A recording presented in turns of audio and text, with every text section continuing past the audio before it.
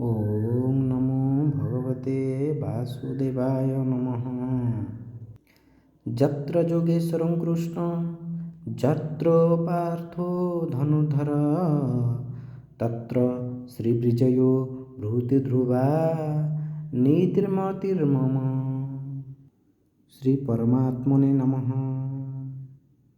ଶ୍ରୀମଦ୍ଭଗବତ୍ ଗୀତା। ଓಂ ଶ୍ରୀ ନମୋ ନାରାୟଣ ନମଃ। ଭାରତୀୟ ଦର୍ଶନ ଅନୁସାରେ ଜୀବନର ସାର୍ଥକତା ଜୀବନକୁ ସୁସଂଯତ କରି ତାହାକୁ ଭଗବତମୁଖୀ କରାଇବାରେ ନିହିତ। ଏତଦ୍ଦ୍ୱାରା ଏହି କ୍ଷୁଦ୍ର କଳ୍ପକାଳସ୍ଥାୟୀ ସସୀମ ଭୌତିକ ଜୀବନରୁ ଉପରକୁ ଉଠି ମହାନ୍ ଶାଶ୍ୱତ ଏବଂ ଅସୀମ ଅନନ୍ତ ଜୀବନ ଲାଭ କରାଯାଇପାରିବ। ଜୀବନର ଏହି ଚରମ ଓ ପରମ ଲକ୍ଷ୍ୟ ଲାଭ ନିମନ୍ତେ କୌଣସି ଗ୍ରନ୍ଥ ଆମକୁ ଯେଉଁ ପରିମାଣରେ ସାହାଯ୍ୟ କରିପାରେ, ଆମ ଭାରତୀୟମାନଙ୍କ ଦୃଷ୍ଟିରେ ସେହି ଗ୍ରନ୍ଥଟିର ଉପଯୋଗିତା ତଥା ଉପାଦେୟତା ତାହାରି ଉପରେ ନିର୍ଭର କରେ। ସେହି ଦୃଷ୍ଟିରୁ ବିଚାର କଲେ ଜଣାଯାଏ ଯେ ଏକମାତ୍ର ଶ୍ରୀଭଗବତ୍ ଗୀତାର ଆଶ୍ରୟ ହିଁ ଜୀବନର ଲକ୍ଷ୍ୟ ପ୍ରାପ୍ତି କରାଇଦେବାରେ ଆମର ସବୁଠାରୁ ଅଧିକ ସହାୟକ, ଉପଯୋଗୀ ତଥା ସର୍ବାର୍ଥସିଦ୍ଧି ପ୍ରଦାୟକ ସବଳ ସାଧକ। ଶ୍ରୀମଦ୍ ଭଗବତ୍ ଗୀତାର ଏହି ଲୋକ କଲ୍ୟାଣକାରୀ ଅବଦାନ ଏବଂ ଏହାର ବିଶ୍ୱ ପ୍ରସିଦ୍ଧିର ମହତ୍ତ୍ୱକୁ ଦୃଷ୍ଟିପଥରେ ରଖି ଗୀତାର ଆତ୍ମଧାରକ ଆମର ସନ୍ଦେଶକୁ ପ୍ରତ୍ୟେକଙ୍କ ନିକଟରେ ପହଞ୍ଚାଇ ଦେବା ଉଦ୍ଦେଶ୍ୟରେ ଗୀତା ପ୍ରେସ୍ ବିଭିନ୍ନ ଭାଷାରେ ଶ୍ରୀମଦ୍ ଭଗବତ୍ ଗୀତାର ଅନେକ ଛୋଟ ବଡ଼ ସଂସ୍କରଣ ତଥା ବିସ୍ତୃତ ଟୀକା ପ୍ରକାଶ କରିଛନ୍ତି। ସେଗୁଡ଼ିକ ମଧ୍ୟରେ ପରମ ଶ୍ରଦ୍ଧେୟ ବ୍ରହ୍ମଲୀନ ଜୟଦୟାଲଜୀ ଗୋୟନ୍ଦକାଙ୍କ ଦ୍ୱାରା ପ୍ରଣୀତ ଏହି ତତ୍ତ୍ୱବିବେଚନା ଟୀକା ଅନ୍ୟତମ। ଏଥିରେ ଟୀକାକାର ଗୀତାର ବିସ୍ତୃତ ବ୍ୟାଖ୍ୟା ସହିତ ଅନେକ ଗୂଢ଼ ତାତ୍ତ୍ୱିକ ରହସ୍ୟ ସରଳ ସୁବୋଧ୍ୟ ଭାଷାରେ ଉଦ୍ଘାଟିତ କରିଛନ୍ତି।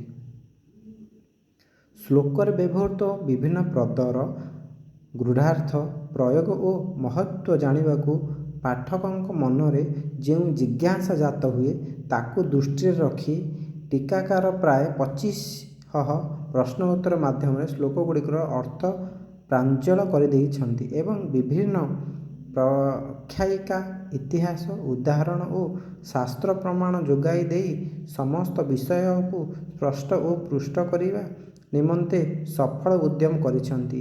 ଏହି ପ୍ରାମାଣିକ, ଉପଯୋଗୀ ଏବଂ ଲୋକପ୍ରିୟ ଗ୍ରନ୍ଥଟି ଏ ଭିତରେ ଅନେକ ସଂସ୍କରଣରେ ଅନେକ ଭାଷାମାନଙ୍କରେ ଲକ୍ଷ ଲକ୍ଷ ସଂଖ୍ୟାରେ ପ୍ରକାଶ ପାଇସାରିଛି। ଆନନ୍ଦର ବିଷୟ ଯେ ବର୍ତ୍ତମାନ ତାହା ଓଡ଼ିଆ ଭାଷାରେ ମଧ୍ୟ ପ୍ରକାଶ କରାଯାଇଛି।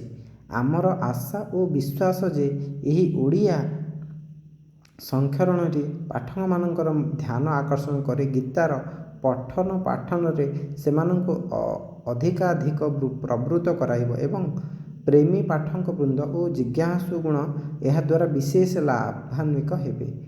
ପ୍ରକାଶକ ଓଁ ଶ୍ରୀ ହରି। ଓଁ ଶ୍ରୀ ପରମାତ୍ମନେ ନମଃ।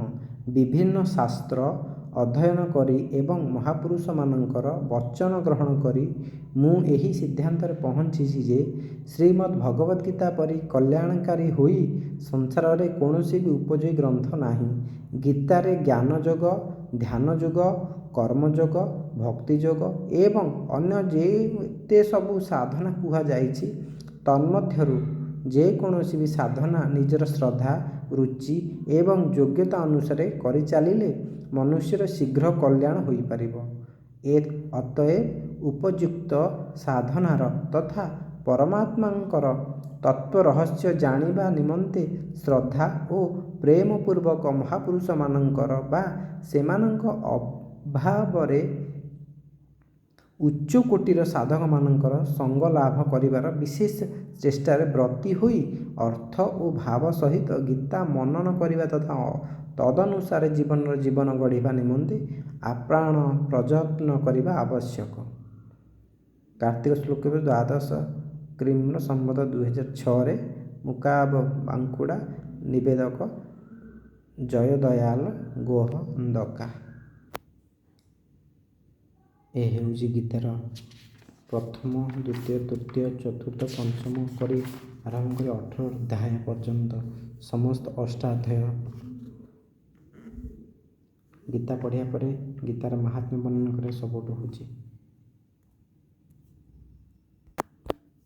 ଶ୍ରୀ ପରମାତ୍ମନେ ନମଃ। ନମ୍ର ବିବେଦନଃ ନାରାୟଣ ନମସ୍କୃତ୍ୟଂ ନରଂ ଚୈବ ନରୋତ୍ତମଂ ଦେବୀଂ ସରସ୍ୱତୀ ବ୍ୟାସଂ ତतो ଜୟमुदीरयते।